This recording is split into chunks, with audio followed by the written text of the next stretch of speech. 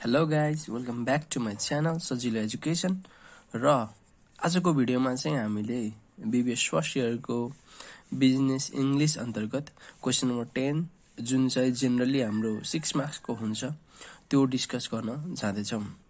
र video start गर्नुभन्दा अगाडि म चाहिँ के भन्न चाहन्छु भन्दाखेरि जुन हाम्रो क्वेसन नम्बर 11 र 12 थियो त्यस्तै गरी नै यो क्वेसन नम्बर 10 पनि उस्तै हो, तर फरक यति छ कि क्वेसन नम्बर 11 र क्वेसन नम्बर 12 मा हामीलाई प्याराग्राफ दिएर टपिक सेन्टेन्स छुट्याएर सल्भ गर्न एन्सरहरू गर्न भन्थ्यो भने यसमा चाहिँ हामीलाई क्वेसन नम्बर 10 मा चाहिँ हामीलाई टपिक सेन्टेन्स दिएको हुँदैन।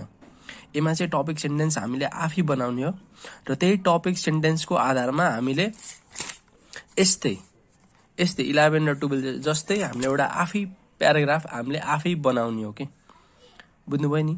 एमा 11 र 12 मा टपिक सेन्टेन्स दिन्थ्यो, पहिले फर्स्ट लाइन अथवा सेकेन्ड लाइनमा दिन्थ्यो, तर एमा चाहिँ टपिक सेन्टेन्स दिएको हुँदैन क्वेसन नम्बर 10 मा। र टपिक सेन्टेन्स नदिएको कारणले क्वेसनले पनि त्यही भन्छ। हेर्नुहोस्, तपाईँ यो क्वेसन पढ्नु भयो भने चाहिँ यो क्वेसनले पनि त्यही भन्छ। एउटा टपिक सेन्टेन्स हामीले आफै बनाउने र टपिक सेन्टेन्स बनाएपछि यसको यो टपिक सेन्टेन्स आइडेन्टिफाई अब बनाइसकेपछि चाहिँ यो लिड्सहरू अथवा हिन्ट्सहरू जुन दिएको छ हामीलाई अथवा क्ल्युजहरू जुन हामीलाई दिएको छ यो सबै त्यो टपिक सेन्टेन्ससँग रिलेटेड भएरै हामीले एउटा प्याराग्राफ बनाउने भनेको छ। र यो क्वेसन नम्बर 10 मा ख्याल गर्ने कुराहरू भनेको मेनली हामीले ख्याल गर्ने कुरा टपिक सेन्टेन्स आफैले बनाउने। फर्स्टमा हामीले टपिक सेन्टेन्स आफै बनाउने हो र सेकेन्डली हामीले जुन टपिक सेन्टेन्स चुज गरिसकेपछि हामीले जुन सेन्टेन्स अब तलको यो क्लुजहरू युज गरेर हामीले जब एक्सप्लेन गर्छौँ, यो एक्सप्लेन गर्दा चाहिँ हामीले जेनरली यस्ता वर्डहरू जुन मैले क्वेसन नम्बर 12 मा पनि मैले भनेको थिएँ, यस्ता एडिसनल वर्डहरू जसले चाहिँ हामीलाई हेल्प गर्छ प्याराग्राफ लम्बाउन, यस्ता वर्डहरू युज गरेर प्याराग्राफ लम्बाउँछौँ। र ती वर्डहरू जेनरली हाम्रो firstly, secondly, thirdly, finally, more over, furthermore, in Edison यस्ता वर्डहरू युज गरेर यो जुन क्ल्युजहरू दिएको छ हामीलाई, go to an employment agency, यस्ता क्ल्युजहरू 4वटा जुन दिएको छ नि, यो क्ल्युजलाई हामीले लम्बाउने एउटा प्याराग्राफ बनाउने गरे। कसरी? यो वर्डहरू युज गरेर। र यति कुरा ख्याल गर्नुहोस् कि हामीले जब यो वर्ड युज गर्छौँ नि, फर्स्टमा यदि वर्ड युज गरिदियौँ भने सेन्टेन्सको फर्स्टमा हामीले यो फर्स्टली अथवा secondly, thirdly, finally, more over, furthermore, in Edison यस्ता वर्डहरू युज गऱ्यौँ भने चाहिँ यति कुरा बुझ्नुहोस् कि हामीले अगाडि जहिले पनि कममा राख्नुपर्छ। यदि कममा राख्नु भने त्यो पनि एउटा ग्रामेटिकल इरर मानेर तपाईँको मार्क्स रिड्युस हुनसक्छ। र थर्डमा चाहिँ एउटा कुरा चाहिँ के बुझ्नु भन्दाखेरि प्याराग्राफ जेनरली हाम्रो 15 लाइनको अथवा 12 देखि 15 लाइनको हुनाले तपाईँले चाहिँ धेरै चाहिँ नलेख्नु होला है। सकेसम्म 12 देखि 15 लेख्नु होला। अझै धेरै अब टियुको त्यो एन्सर सिट त धेरै लामो नै हुन्छ, त्यही भएर 15 देखि 20 लाइनसम्म लेख्नु होला। त्योभन्दा बढी चाहिँ नलेख्नु होला। यदि त्योभन्दा बढी लेख्नु भयो भने चाहिँ ओभर राइटिङ हुन्छ, जसले चाहिँ तपाईँको फेरि मार्क्स रिड्युस गर्न सक्छ। किनभने प्याराग्राफ त धेरै लामो हुन्न नि त, प्याराग्राफ भनेको त लगभग यत्रो नै हो नि त। त्यही भएर यो कुरा चाहिँ धेरै ख्याल गर्नु होला है त। ल, ढिला नगरिकन अब हामी सिधै क्वेसनमै जाऊँ भनौँ। क्वेसन नम्बर 10 जुन चाहिँ मैले पहिल्यै भनिसकेँ, क्वेसनमा त्यही भन्छ होइन, the issue finding a job is one main idea for topic sentence and it contains a list of what will be discussed in the paragraph introduce by the topic sentence, write a paragraph with the topic sentence using the clues. ल, यो क्वेसनले के भन्यो भन्दाखेरि finding a जब एउटा हाम्रो topic word हो अरे, र यो फाइन्डिङ अ जबको आधारमा हामीले एउटा टपिक सेन्टेन्स बनाउने। र त्यो टपिक सेन्टेन्स जेनरली तपाईँले आफै बनाउन सक्नुहुन्छ कि।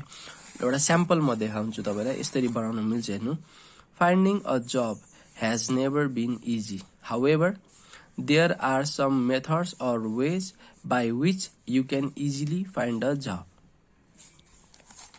हेर्नुहोस् त्यहाँ, the issue finding a job is one main idea for topic sentence and it contains a list of what will be discussed in the paragraph introduced by topic sentence. Write a paragraph with a sentence using the clues. हेर्नु त, topic word हाम्रो के दियो, finding a जब। कसरी जब find गर्ने र हामीलाई 4वटा idea पनि दिएको छ, वेहरू दिएको छ, टेक्निकहरूको दिएको छ। हेर्नु त, go to an employment agency गएर जब फाइन्ड गर्न सकिन्छ अरे। क्लासिफाइड न्युज पेपरहरू, एडभर्टाइजमेन्टहरू पढेर जब फाइन्ड गर्न सकिन्छ अरे। साथी अथवा आफ्नो आफन्तीहरूलाई पनि सोधेर जब फाइन्ड गर्न सकिन्छ अरे। त्यस्तै गरेर आफ्नो सिभी, रेज्युम भनेको सिभी अथवा बायोग्राफी, सिभी इम्प्लोयर्सहरू जसले काम दिलाउँछ त्यस्ता मान्छेहरूलाई, कम्पनीहरूलाई हामीले हाम्रो सिभी दिएर पनि जब फाइन्ड गर्न सकिन्छ अरे। र यसको आधारमा चाहिँ यो लिडहरू जुन छ नि, यो लिडहरूको आधारमा चाहिँ हामीले एउटा प्याराग्राफ बनाउन पर्यो। र फर्स्टमा के गर्नु पर्यो, टपिक सेन्टेन्स बनाउन पर्यो। फाइन्डिङ अ जब र यसको आधारमा एउटा सानो टपिक सेन्टेन्स बनाउने। ल मैले बनाएको छु, हेर्नु त। Finding a job has never been easy. However, there are some methods or ways by which you can easily find a job. यो चाहिँ हाम्रो के हुन गयो, टपिक सेन्टेन्स। टपिक सेन्टेन्स र टपिक सेन्टेन्स बनाइसकेपछि अब हामीले यो 4वटा जुन क्लुजहरू छ यसलाई चाहिँ हामीले एक्सप्लेन गर्छौँ। र एक्सप्लेन कसरी गर्छौँ भन्थ्यौँ हामीले, यस्ता अवस्था वर्ड युज गरेर, firstly, secondly, thirdly, finally, more over, furthermore, in Edison. ल हेर्नुहोस्, तपाईँलाई चाहिँ म क्वेसन नम्बर 10 मा चाहिँ जेनरली हुन्छ नि, एउटा हाइली के रिफर गर्छु भन्दाखेरि यो युज गर्नु होला, फर्स्टली, सेकेन्डली, थर्डली, फाइनल्ली। किनभने यो सुन्दा पनि एकदम इजी छ र एप्लाई गर्न पनि भेरी इजी छ है।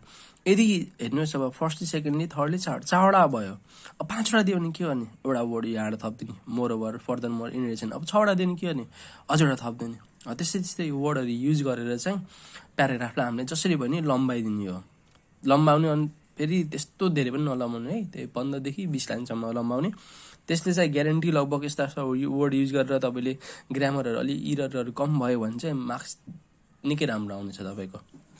ल हेर्नुहोस्, मैले अब हेर्नु कसरी लम्बाइदिएँ हेर्नु है। फर्स्टमा हामीलाई के भनेको छ त, go to an employment agency. हेर्नु त, मैले त्यही वर्ड फर्स्टली युज गरेँ। Firstly, you can go to different employment agency like job link. Job agency भनेकै जब लिङ्क हो नि त, job link, so that you will get a job. Job link गएर पनि हामीले एउटा जब पाउन सकिन्छ। अनि अर्कोमा दिएछ, हेर्नु त, read the classified newspaper advertisement. ल फेरि अब सेकेन्डली युज गर्छौँ हेर्नु हामीले। Secondly, you should read different classified newspapers and advertisements. Second use गरेँ र यो लिडलाई पनि एक्सप्लेन गरेँ, जब पाउनलाई कसरी जब पाउन सकिन्छ भनेर। फेरि thirdly, you can ask your close friends and relatives for leads. आफ्नो साथीहरू अथवा आफ्नो मित्र अथवा आफ्नो आफन्तीहरूलाई पनि सोधेर जब पाउन सकिन्छ अरे। अनि अझैलाई हल्का लम्बाउनलाई, होइन, लम्बाउन मन छ भने लम्बाउनु, नत्र नलम्बाइ नै हुन्छ है।